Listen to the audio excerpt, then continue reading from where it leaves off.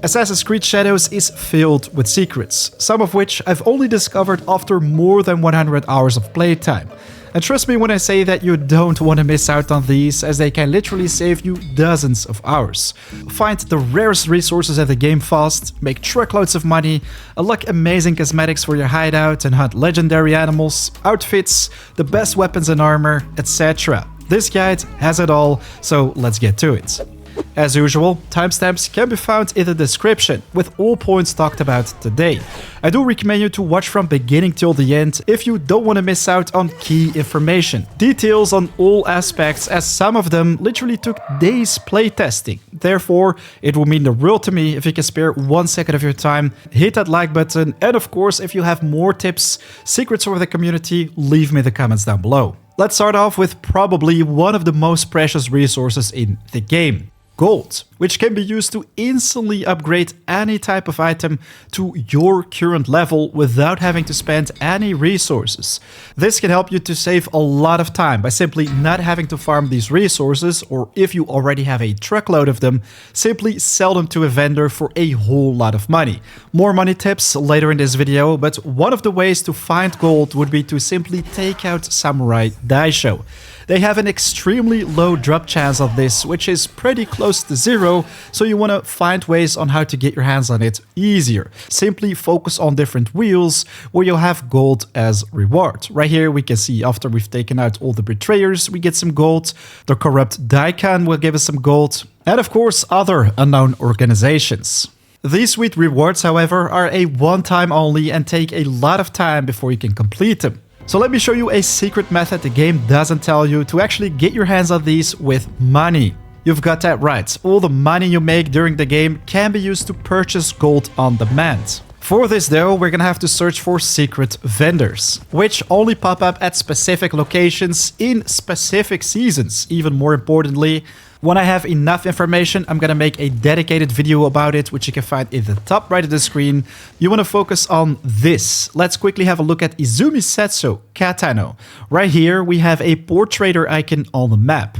These usually sell base resources and crafting materials, but you can also find these icons at hidden locations. Random roads that basically lead from one town to the next. I already managed to find a couple of these during the winter and spring. That will only be present for a limited amount of time. These so-called itinerant vendors also sell consumables and resources, including the extremely rare gold. Of course, you're gonna have to pay some money for that, but this is where you can purchase the sweet gold and also sell your resources, hideout resources and crafting materials for actually much more value compared to the regular portraitors.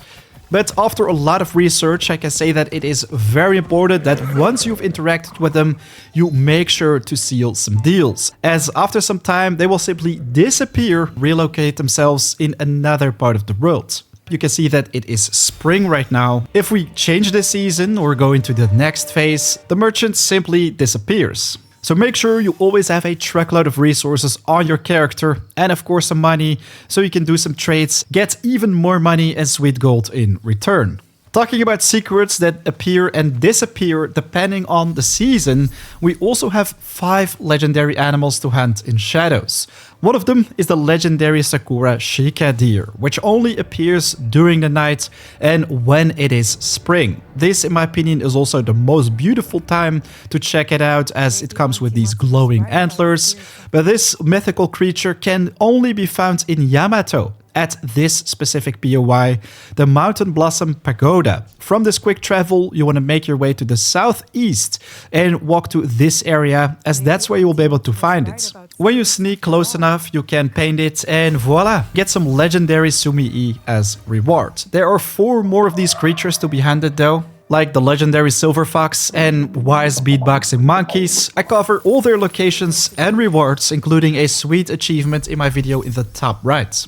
And talking about achievements, this is kinda gonna break your back, but a very small but nice detail hidden in the game, where you fast travel to an already unlocked checkpoint and choose Yasuke to arrive there, jump into the hay bale on ground level, which is gonna hurt his back pretty bad, but also makes him say funny stuff. Like, no one saw that, or I am fine, this is fine. Well, he clearly isn't, but still, if you do this for the very first time, you actually unlock an achievement, which in my opinion is the most fun achievement to get your hands on in the game. But if you found more, let us know in the comments down below. Quick travels though shouldn't only be used to break Yasuke's back. They can actually be super beneficial for your character, in terms of buffs you can find in the world. I mean, check out this specific location in Yamato's Asuka Rock Basin, the Ryumondaka Vista. A pretty difficult name, and nope, we're not gonna do that jump this time. But yeah, this is where you will find some shrines. If you pray at them, you actually get an amazing stat boost for your character. This can be a damage or survival boost. This time, a critical strike damage increment. We've got another shrine at this exact location, which you can also pick up every single time. Let's also quickly pick up the loot right here, which appears to be possible every single season. But yeah, you can tell that these two shrines are very close to the quick travel. Keep in mind though that the stat boost you get will always be randomized. So you literally have to just keep praying for something that's possibly going to be more relevant for your build or character. And to get the most out of these bonuses, it's very important you also build a Jinja, as this specific theme building will increase the effects of all these shrine boons by 20%. If you want to maximize the efficiency of healing, there are two more buildings I recommend you to get your hands on ASAP. One of them is called the Zashiki, as this one increases the ration effect by 20%. You can get your hands on this after you've unlocked Yasuke as playable character, and specifically visit Sakai in the starter area, Izumisetsu. Just a little bit north of the Sakai Firearm District, around this location, you will find an exclamation mark that will lead you to Senorikyu and his questline to hunt for T-Bulls. After some time, he is relocated in Yamashiro, can be found in the northern part of Kyoto, very close to this Kakurega. And if you bring your first T-Bull to him, part of a pretty big quest, you will also gain access to the Tea Room, which further increases the ration efficiency by another 20% for a total of 40. And you want to make sure to become friends with Rikyu ASAP, as he can also become one of your scouts, for which I made another full guide with everything you want to know about it, as you don't want to mess up this questline. But yeah, since we are in the hideout right now, let me also give you a quick tour and show you some amazing things you can unlock for it, like this massive watchtower and this red long bridge, which also comes with a pretty sweet garden, water, etc. Most of the cosmetics you come across in Shadows are, well, random drops. You don't really have power over when you can find a specific item. This is especially the case when you want to customize your buildings, add different roofs like the samurai and daimyo roof to them, or of course the walls, which you can also randomly come across, as they can pop up at any ornament vendor. South of Sakai, at this specific town called Yuasa, is where I found my samurai roof. This though is different for the bridge and the watchtower, which can be unlocked at specific locations. For the garden bridge, check out the northwestern part of Yamato. This is where you will find a town called Koriyama. The Kakurega, west of the Tea Master's house, is just a little bit west of this ornament vendor. If you interact with them, this is where you should be able to purchase the long garden bridge for 130 man, as well as the large room for another 700. But man, the watchtower took me literally over 100 hours of playtime to actually find it myself. Specifically in the Harima region, southwest of the Miki Castle. This is where you will find a little quick travel point called the Habayama Camp. A place filled with Ronin you first have to take out before you can get your hands on the prize. But if you climb the watchtower right here and open the chest at the very top, bam! This is how you will unlock the watchtower cosmetic. If you found more vendors with amazing loot, or of course fixed locations with these awesome looking cosmetics for your hideout, let us know in the comments so we can hunt them together. Talking about collectibles though, some time ago I made another guide in which I share some real assassin swag. You can find a black, white and even red set during your adventures, which are however pretty difficult to find, as they are literally hidden in secret parts of the world. I already have a guide with all 3 set locations, but let me quickly show you how to find the black variant, which is done pretty easily if you make your way to Yamashiro. Specifically check out Yamazaki from this quick travel, Tenshu.